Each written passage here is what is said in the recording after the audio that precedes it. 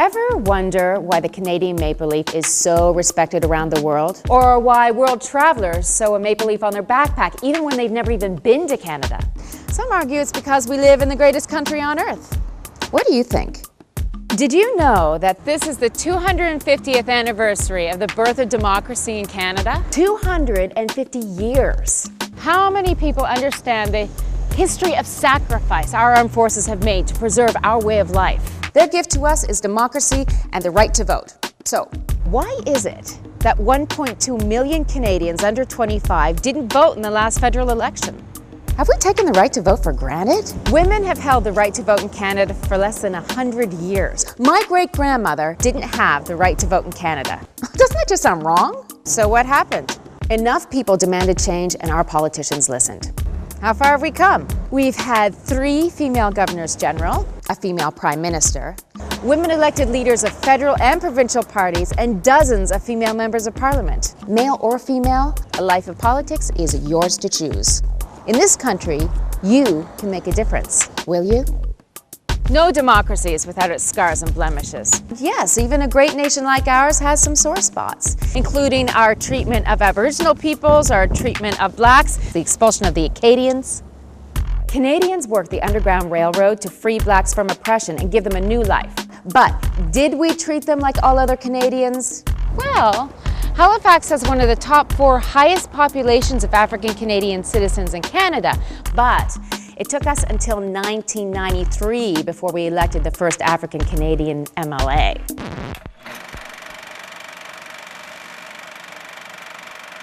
How about our treatment of Aboriginal peoples? They were here before the Vikings, before John Cabot. Hard to argue they may have had the first democratic government long before my ancestors arrived, and yet they didn't get the vote until 1960. 1960! Let that sink in. How did these things change? Enough people raised a voice and forced change. That's what makes democracy great. That's the thing about Canada. People speak out, and eventually, we get it right. The president of Iran recently stated that Iran has no homosexuals. Wow. Would you be embarrassed if our prime minister made that same statement? The Iranian government denies the existence of homosexuality. Our Canadian government recognizes gay rights and civil union. Shoot, we have more than one openly gay member of parliament. I like that my country accepts people for who they are, not what they are. So, are basic rights in all democracies equal? Not so much. Take healthcare. Our American cousins pay dearly for healthcare that we take for granted. A heart attack in America without health insurance would mean financial ruin for most families. Not here in Canada. Universal healthcare may be what defines Canada abroad. Is our healthcare system perfect? Nope. But we need a good dose of perspective to make us appreciate it. Would you trade our healthcare for a lower rate of taxation? Or would you raise taxes and make our healthcare system even better? The reality is, no society is perfect and mistakes are made. The expulsion of the Acadians was one the British got wrong. Thankfully, today we have a thriving Acadian population that shares its history in Nova Scotia with a strong cultural identity. Bottom line, no democracy is safe, but our version is pretty solid. Here in Canada, if we have a close election, we end up with a minority government. In Kenya, a young democracy of less than 50 years, they have a close election, they end up on the verge of civil war and the lead story on every newscast. Everyone know who Sir John A. Macdonald is? Right, our first prime minister. If we could bring him back to the future, would he be proud of where we are?